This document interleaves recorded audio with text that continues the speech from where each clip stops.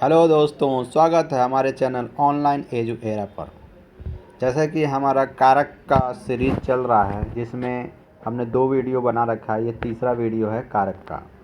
इसमें हम संबंध कारक और अधिकरण कारक और संबोधन कारक के बारे में बताएंगे। तो सबसे पहले हम संबंध कारक का जो चिन्ह है उसे हम का, के, की, रा, रे, री, ना, ने, नी से पहचानते हैं। संबंध कारक का जो शब्द आता है उस शब्द से पहले का, के, की, रा, रे, री, ना, ने, नी आता है। यह एक शब्द का दूसरे शब्द से संबंध कराता है। एक जो संबंध कारक होता है एक शब्द का दूसरे शब्द से क्या कराता है, संबंध कराता है। इसे किसका प्रश्न करके पहचान कर सकते हैं। सेंटेंस से हम पहचानना हो कि कौन सा संबंध कारक है तो उसमें हम किसका जब प्रश्न करेंगे तब हमें पहचान में आएगा। उसके बाद इसका हम उदाहरण देखते हैं संबंध कारक का। तो यह रमेश का बेटा है, यह रमेश का बेटा है। तो यहाँ पे संबंध कारक का जो आ रहा है चिन्ह, तो क्या आ रहा है, का। संबंध आ रहा है का, तो रमेश का बेटा यानी रमेश से, इस बेटा जो शब्द है रमेश से संबंधित है। उसके बाद मेरा लड़का, तुम्हारा घर, मेरा पेन। तो यहाँ पे जो रा चिन्ह आ रहा है मेरा लड़का, तो मेरा लड़का, तो मेरा लड़का से संबंधित है ना, संबंध कर रहा है मेरा लड़का।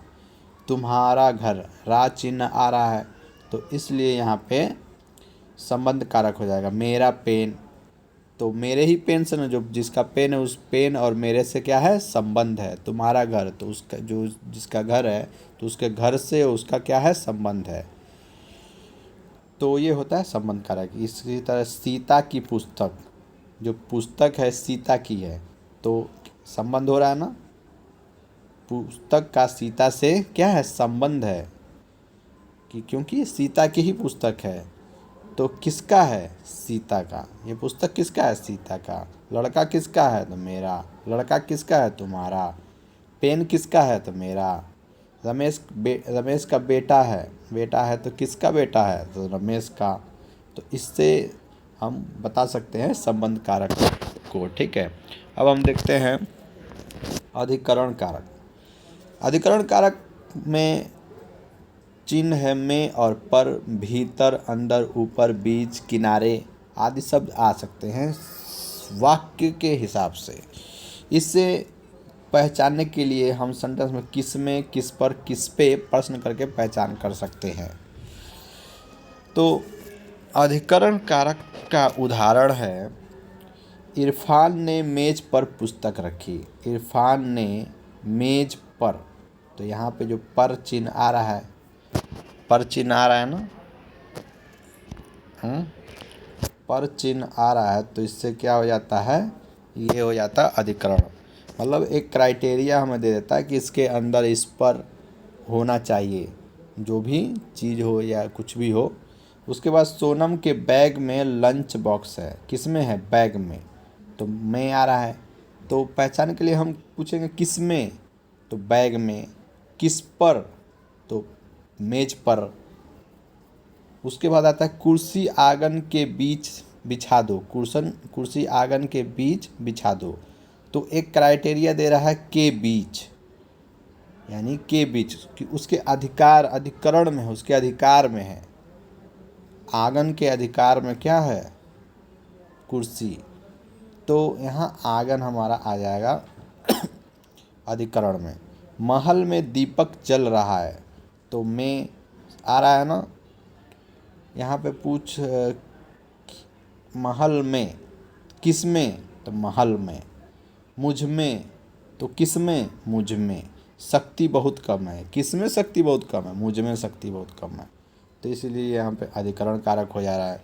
उसके बाद वह सुबह गंगा किनारे जाता है, तो एक क्राइटेरिया यहाँ पे दे दिया है किनारे।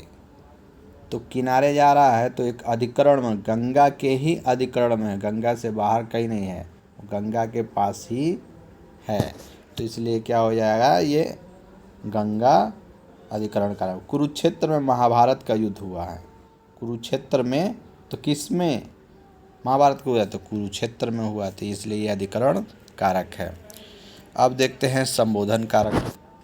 संबोधन कारक में आता है हे, अरे, हो, ओ, वाह। वाह विभक्ति चिन्ह, जिस प्रसर्ग हम बोलते हैं, इन चिन्हों को विभक्ति भी बोलते हैं। आदि जहाँ पर पुकारने, चेतावनी देने, ध्यान बांटने के लिए जब संबोधित किया जाता है तो इन्हें संबोधन कारक कहते हैं। इसको इस चिन्ह से हम पहचानते हैं। उदाहरण बाबूजी आप यहाँ बैठे, तो एक संबोधन कर रहा है, संबोधन के आगे ये चिन्ह आ जा रहा है, इससे हम डायरेक्ट पहचान सकते हैं कि ये संबोधन चिन्ह है। अरे राम, राम के बाद ये संबोधन चिन्ह, अरे आप आ गए, ये चिन्ह है। हे ईश्वर रक्षा करो, चिन्ह है। तो इसी तरह हम पहचान सकते हैं संबोधन कारक को। तो उम्मीद है आप लोगों को ये हमारा वीडियो समझ में आया होगा, और अगर समझ में नहीं आया हो तो कृपया हमें सुझाव दें, कमेंट दे रहे और सब्सक्राइब करें, लाइक करें। Thank you.